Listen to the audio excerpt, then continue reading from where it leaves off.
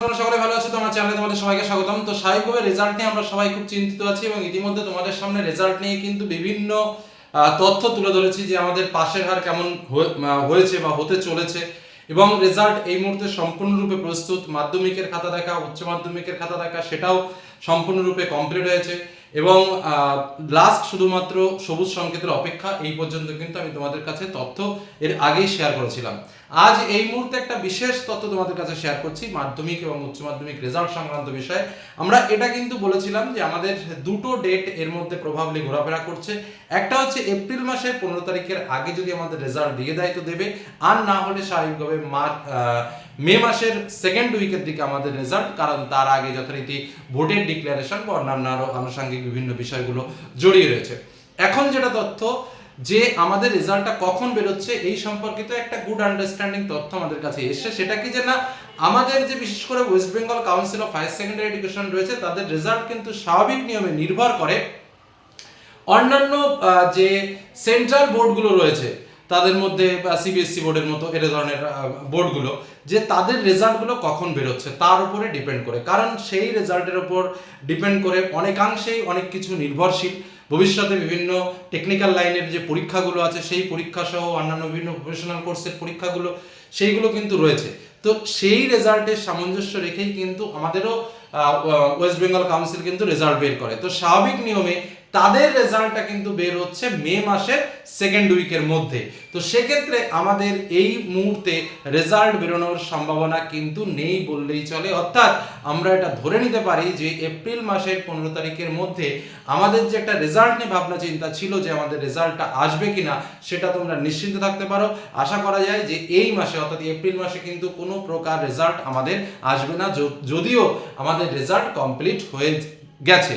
ঠিক একই রকম ভাবে মাধ্যমিকের কথাও ঠিক একই রকম ভাবে বলবো যে মাধ্যমিকেরও সমস্ত কিছু রেজাল্ট রেডি থাকা সত্ত্বেও কিন্তু তোমাদের রেজাল্টও কিন্তু মে মাসের দিকেই বেরোনোর সম্ভাবনা রয়েছে। সেটা হয়তো মে মাসের ফার্স্ট উইকে হয়তো মাধ্যমিক বেরোলো, সেকেন্ড উইকে হয়তো উচ্চ মাধ্যমিক বেরোলো, বা পরপর 2-1 দিন বাদেই কিন্তু রেজাল্টটা বেরিয়ে যাবে। সেক্ষেত্রে কিন্তু কোনো রকম কোনো লেট হবে না। এবার অনেকে প্রশ্ন করতে পারো যে স্যার আমাদের যেহেতু ভোটের পরে রেজাল্ট যদি বের হয় তাহলে কি আমাদের রেজাল্ট খারাপ হবে? একদম নিশ্চিন্ত থাকো, ওরকম কোনো বিষয় রেজাল্ট খারাপের সঙ্গে সম্পর্কিত থাকে না। সমগ্র বিষয়টা কিন্তু একটা আলাদা সাইড। ইলেকশন বা রাজনীতি সেটা একটা আলাদা দিক। এখানে স্টুডেন্ট পরীক্ষা দিয়েছে, টিচাররা তার খাতা দেখেছে এবং সেইভাবে নম্বর ইনপুট হয়েছে। কিছু কিছু গ্রেজ মার্কের একটা ব্যাপার থাকে, সেখানে একটা গ্রেজ মার্ক যারা একটু পিছিয়ে পড়া ছাত্রছাত্রী, সেখানে হয়তো মাধ্যমিকের ক্ষেত্রে আমি তোমাদের বলেছি মাধ্যমিকের ক্ষেত্রে এবছর প্রায় 5 মার্কস দেওয়ার একটা সম্ভাবনা রয়েছে। ওদিকে উচ্চ মাধ্যমিকের ক্ষেত্রে পার্টলি আউট অফ 43 মার্কস বা আউট অফ 35 3 মার্কস এরকম একটা বিষয় কিন্তু এবছর ঘোরাফেরা করছে এবং সেইভাবেই কিন্তু মেইন শিটে বা ট্যাবুলেশন শিটে কিন্তু নম্বর কিন্তু পুট হয়েছে। তো তারপরে কি সবাই পাস করে যাবে না? সেক্ষেত্রেও আমরা বলেছি যে পাশের আর মাধ্যমিকের ক্ষেত্রে হয়তো 86 থেকে 87% হতে পারে, আর উচ্চ মাধ্যমিকের ক্ষেত্রে সেটা দেখা যাচ্ছে 90 থেকে 91 এরকম পার্সেন্ট হতে পারে।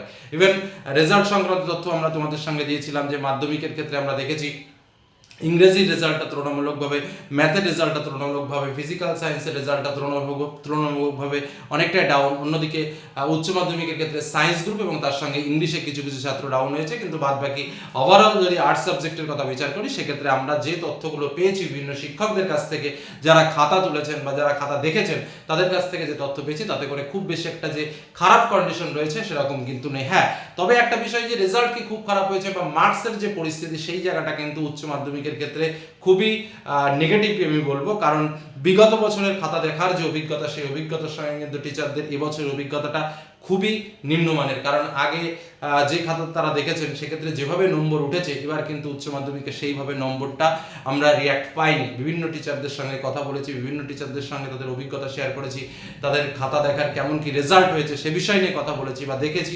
সেক্ষেত্রে কিন্তু নাম্বারের যে ভেরিয়েশন সেই ভেরিয়েশনটা কিন্তু এবার থাকবে।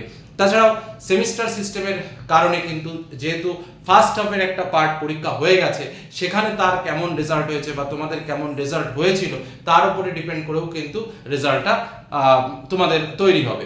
অ্যাডিশনাল এর বিষয়ে বলেছি যে যদি কোনো সাবজেক্টে ফেল হয়ে যায়, ফার্স্ট সেকেন্ড বা ল্যাঙ্গুয়েজ গ্রুপ বাদ দিয়ে যদি কোনো সাবজেক্টে ফেল হয়ে যায় তাহলে সেই ফেল করা সাবজেক্টটা কিন্তু মেইন সাবজেক্ট হিসেবে গণ্য হবে, আর নতুবা কিন্তু নয়।